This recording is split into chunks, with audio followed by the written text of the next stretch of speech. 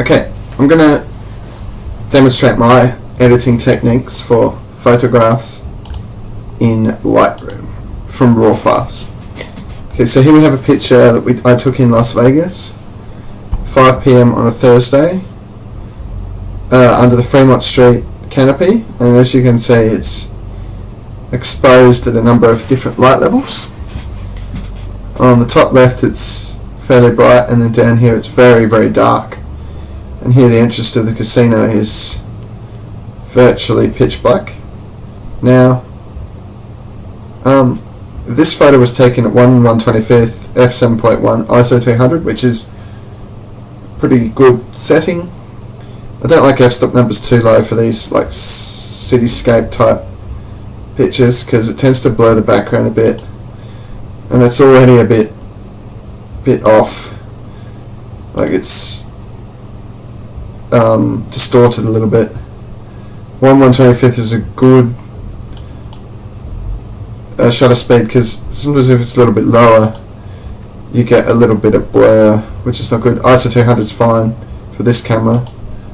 It also helps to not make it too dark at the initial RAW stage. Now the first step we're going to do is set the white balance. It was captured at pretty good settings. Now if we select daylight, it's a little bit yellow, so I'm going to select off the road here. It's turned a little bit green, so we'll change some other settings. Now I've set up a preset. It's going to set highlights to -60, shadows 60, -50 on whites, -50 on blacks. So if we select that one, and it's already actually lightened up a lot of this side of the image already without overexposing the hotel up here. And it's actually before and after, it's actually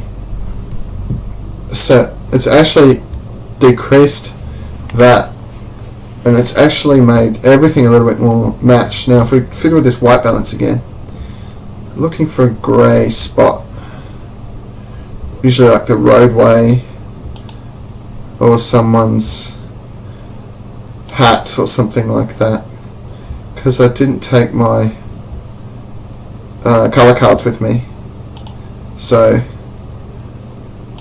it's actually almost the default.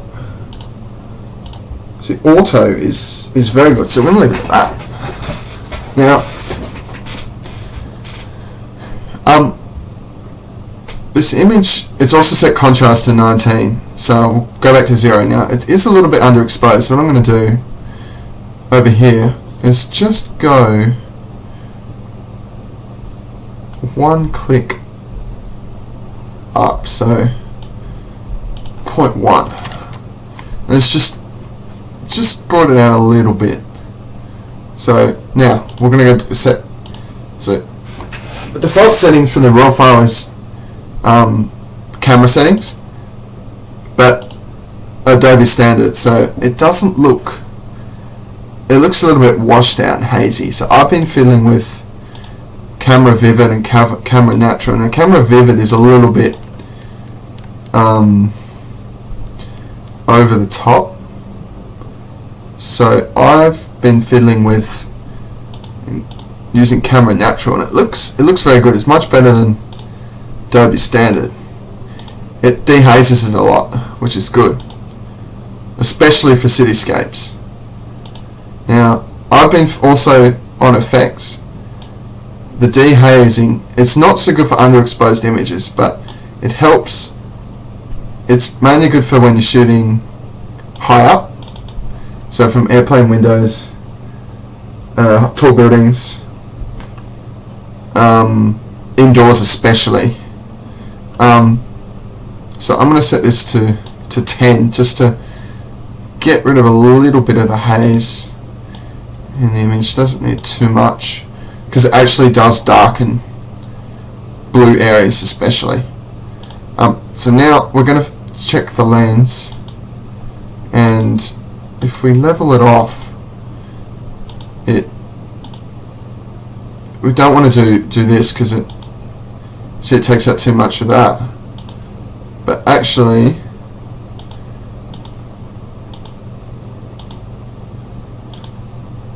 yeah, I like level because it doesn't change the position of the subject. It just twists, so it makes everything level, especially in the background here. Now, for detail, I like settings to start with. I've created a preset, so 40 on sharpening, 0.8 radius, 40 detail, 30 masking, 35 noise reduction. Now that's mainly for ISO 100, but for ISO 200 I like to go up to 45. It helps just mainly in the distance. You don't want to go too far because the stuff in the far distance is distorted. It makes it not as clear. So here it looks pretty good, that default preset. If we just sharpen it up a little bit,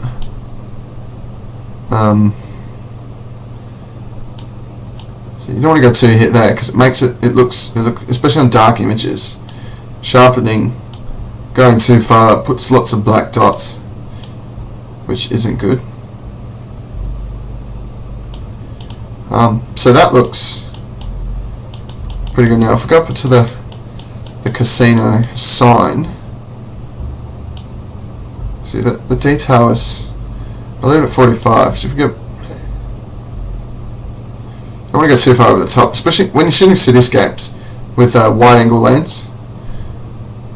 It tends to really damage your far distance stuff, especially when you want to keep fine detail for like New York City and stuff like that. So we'll leave it at that. I don't tend to fiddle too much with it once it's set. So what I'm going to do is start fiddling with getting these colours right. The exposure is pretty good. So because there's a lot of dark areas originally, I just have to bump up the vibrance a little bit because the dark areas, the colours aren't as good, so I need to bring some colour back. Now saturation, you don't want to go too much, especially when you got a lot of yellows and reds, because it makes it look a little bit like a painting, and that doesn't look good, and then you have to take out saturation later.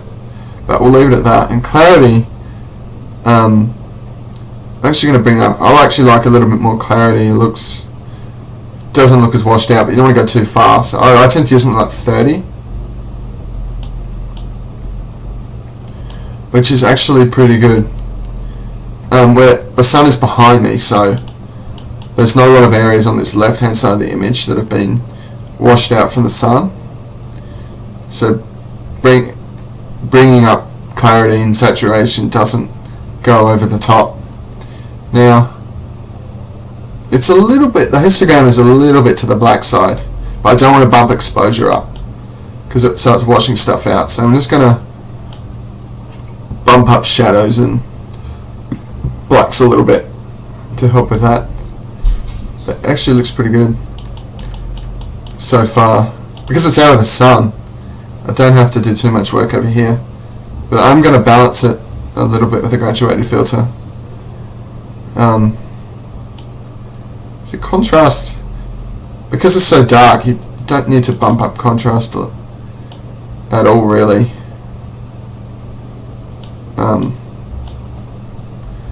Because it's already been brought out with these other settings. If we just see, the yellow's looking a little bit on this sign here. This is a LED sign. This particular image has got very few colours. It's mainly yellow and red with a little bit of blue, so it's not too oversaturated. But I do like playing with these settings here if I want one colour to stand out more than another. So I tend to not go too far positive. I sort of bump up all the colours at once and then reduce saturation on another colour if I want to bring up one particular colour. But the colour balance on this is actually pretty good. I might bump the orange and the yellow down a bit just to make it a little bit more. See, this guy's shirt, even though it's in shade, don't want it to be too far. There's no greens to worry about. I might just take a bit of the blue out. So this is actually looking pretty good already, compared to what I started with. It's actually been brought out quite good. Because it's not at night, the neon lights on the outside of the casino haven't lit up yet. What I'm going to do is colour match the exposure with a graduated filter. So this dark half of the image, I can. It's the wrong way around. So the filter always works from the top left. So when you first lay it, it always starts up here and filters across this side of the image. So if you want to start from the right, you have to reverse the filter. Yeah, because this is actually pretty good, I don't really need to bump it up one side of the image up too much. See, it's already looking. I just want to match the settings on the other side, so it's like a uniform light. Yeah, white balance match is pretty good. See, it's don't want to do any more dehazing, as I mentioned before, because the image is fairly dark and it's at ground level. I am going to up the saturation a little bit just to get some colours, especially this blue under here. A little bit more, but not too much, maybe 5, just to bring it out a little bit. I've put the contrast a little bit down to get some matching better. So this image is not particularly difficult. Another image that's quite difficult to do was this one.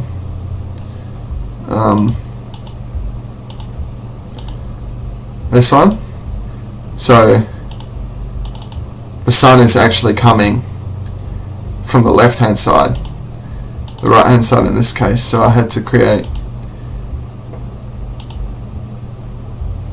a much stronger filter. So this image is, if you include the total exposure and then the filter, is 1.8 stops higher than captured. So the left hand side of this image was extremely dark, so I've used the edge of the building here as a sort of guide, because this is exposed in the original image, and I sort of matched it across, and I think it's turning out actually a lot better than I thought. Almost looks like this side's in a torch now, but it's not over the top, so everything's all matched. Go back to the Fremont one. I don't have to be as drastic as that because it's out of the sun, so it's actually matched quite well initially. And I don't want to overexpose too much because the left hand side's already pretty good.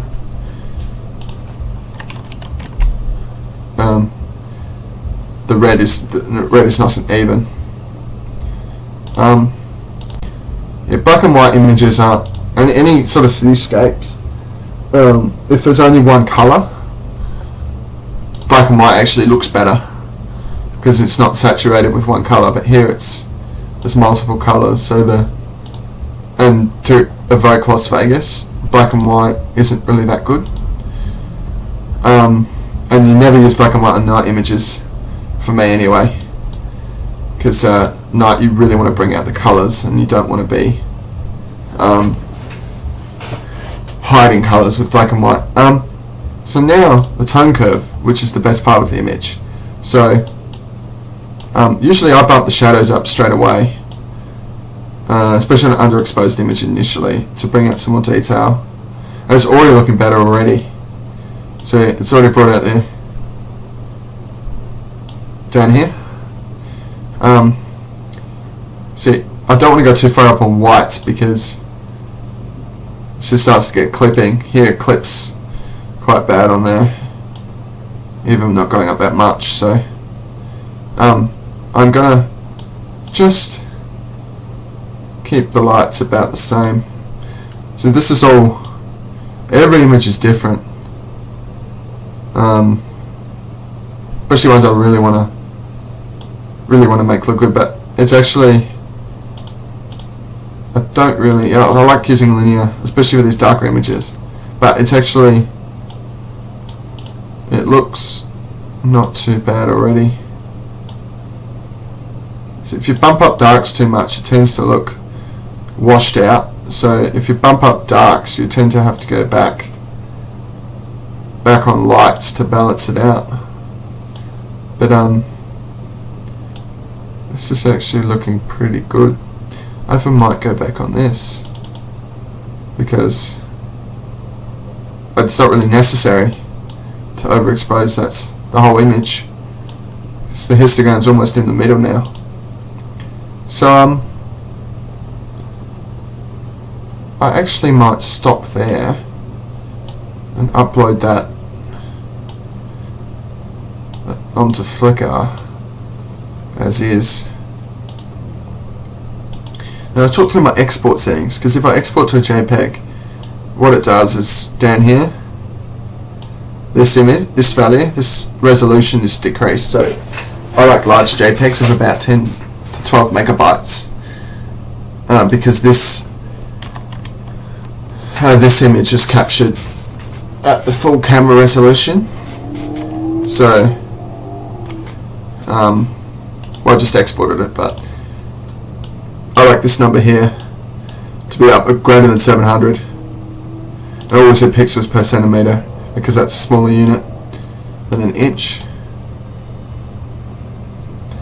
Always sRGB for JPEG, and always quality at 100, and never limit file size. I don't even know why Lightroom has that option, especially for if you're editing straight from a RAW file. Yeah, so always include metadata because it helps with sorting images on